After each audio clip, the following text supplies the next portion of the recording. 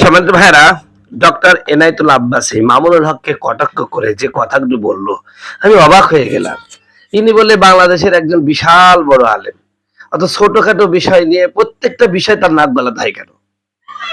কি বলেছেন এটা বলবো, তার আগে আমি আপনাদের প্রতি উদাত্ত আহ্বান জানাচ্ছি, আপনি যদি আমার চ্যানেলে নতুন হয়ে থাকে অবশ্যই চ্যানেলটি সাবস্ক্রাইব করবেন, এটা ভালো হবে। চ্যানেলটি খুব ছোট, তো এজন্য সাবস্ক্রাইব করবেন। তো যাই হোক, মামুনুল হক সাহেব কিছুদিন আগে কওমি মাদ্রাসার শিক্ষা বিষয়ক একটি সেমিনারে বক্তৃতা করতে গিয়ে বলেছিলেন যে একমাত্র কওমি মাদ্রাসা ছাড়া কোথাও সঠিক এলেমের চর্চাও নেই এবং সহিহ কোরআন পর্যন্ত শিক্ষা দেওয়া হয় না।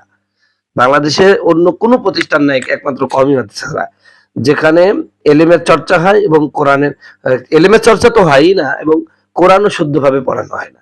এই কথাটা তিনি ভুল বলেন নাই। বাংলাদেশে হয়তোবা দুই একটা আলিয়া মাদ্রাসা যেগুলো এখনো আগের ধাঁচে আছে, দুই একটা দিয়ে কি কোনো হুকুম নির্ধারিত হয়? নিয়ম আছে, মূলনীতি আছে যে হুকুম হয় অধিকাংশের উপর ভিত্তি করে। এটা হলো মূলনীতি। তোমার বাংলাদেশে যদি 10,000 আলিয়া মাদ্রাসা থাকে, তার 9,999 আলিয়া মাদ্রাসায় শিক্ষকই কোরআন শরীফ পড়তে পারে না, ছাত্র কথা বাদ দিলাম। তো আলিয়াপন্থী কিছু হুজুর একের পর এক মামুনুল হককে বিভিন্ন ভাবে তো ছোট করার চেষ্টা করছে, কিন্তু জামাতের যারা আলিয়া জামাত করে তারা একটু পারছে না, কারণ তাদের দলে আছে তো মামুনুল হক। কিন্তু সুন্নি আলিয়া মাদ্রাসা, উনি বাবা আইসে দেখি 501 নাম্বার কোরআন শরীফ পড়তে পারে না, 501 নাম্বার ভালো আছে, কিন্তু কোরআন তার সহি নাই, মামুনুল হকের কোরআন সহি নাই। বেটা ওর কেমন হাফেজ, ওর কাছে একটু বসিস তারপরে বুঝতে পারবি। তো যাই হোক, এর মধ্যে আবার আগুনে ঘি ঢেলে দিয়েছে ডক্টর এনায়েতুল আব্বাসী। তিনি আবার বলতেছেন যে মৌলবী বলছেন আলিয়া মাদ্রাসায় পড়াশোনা হয় না, বাংলাদেশে এমনও আলিয়া মাদ্রাসা আছে সেখানে 1 ঘন্টা ক্লাস নেওয়ার মতন যোগ্যতা ওই মৌলবীর নাই। মানে মামুনুল হককে উদ্দেশ্য করে বলছেন যে মামুনুল হক, বাংলাদেশে এমনও আলিয়া মাদ্রাসা আছে যেখানে বলে 1 ঘন্টা ক্লাস নিতে পারবে না।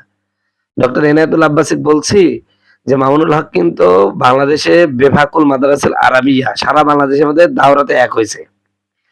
2 নাম্বার কথা হলো, তিনি যত বছর বুখারি পড়াচ্ছে এবং বুখারিতে যে রেজাল্ট করছেন, আপনি আপনার রেজাল্ট আগে দেখান জানতে কাছে, তারপরে আমরা বলবো যে আপনি মামুনুল হকের সাথে যে আপনি যে এই এলমি বিষয়ে আলোচনা করতে যাচ্ছেন বা তার এলেম নিয়ে যে কটাক্ষ করছেন, তাহলে আপনার বোঝা যাবে যে আপনার এলেমের বহসটা হবে। বিতর্ক একটা জিনিস আর এলেম আর একটা জিনিস। হয়তোবা আপনার ভালো বিতার্কি, এই বলে এই না যে আপনি মামুনুল হকের চেয়ে বড় একজন আলেম, এটা জাতি মেনে নেবে না। 2 নাম্বার কথা হলো, আমি যেটা আপনাদের সামনে উপস্থাপন করতে যাচ্ছি সেটা হচ্ছে এই যে ডক্টর এনায়েতুল আব্বাস প্রত্যেকটা এই গাবগাছি হুজুর প্রত্যেকটা বিষয়ে কমেন্ট করে। কেন ভাই? তোমাকে আমরা মাথার উপরে রেখেছি কারণ তুমি একজন ভালো বিতার্কি, কিন্তু তাই বলে তুমি যাকে তাকে কটাক্ষ করবা, ছোট করবা, তুমি এত বড় ইবলিস হয়ে গেছো। ইবলিসের তো সবচেয়ে বড় জ্ঞান ছিল, তুমি তো আর ইবলিসের চেয়ে বেশি জ্ঞান অর্জন করো নাই। কিন্তু সেই ইবলিস কি হয়েছে? অহংকার কারণে তার সব শেষ হয়ে গেছে।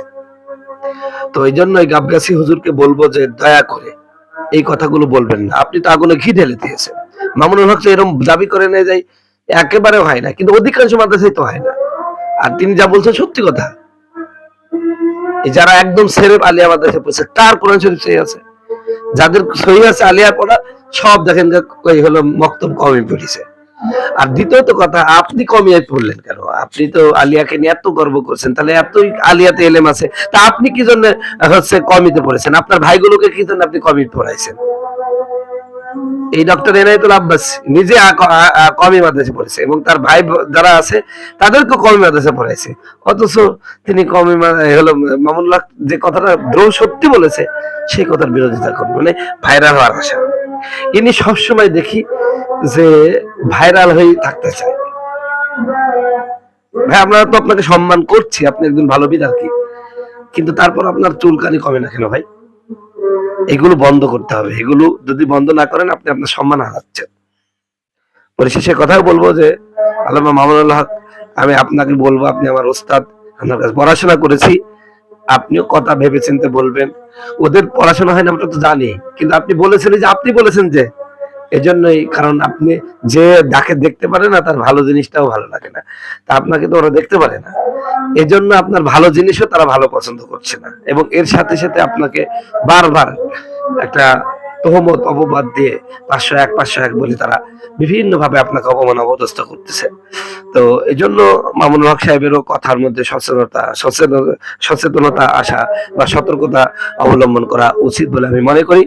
সর্বশেষ এ কথাই বলি ভাই, যে আলেম এলেমে আর বিভদ নাই। ছোটখাটো বিষয় একজন হলে আরেকজনকে আপনি ছোট না করে সংশোধনের চেষ্টা করবেন। আপনি কি জন্য এই বিষয়ে আপনি মন্তব্য করছেন? প্রতিটা বিষয়ে আপনার মন্তব্য করতে হবে কেন? আল্লাহ আমাদের সকলকে কথাগুলো বুঝবার তৌফিক দান করুন। আমিন। আসসালামু আলাইকুম।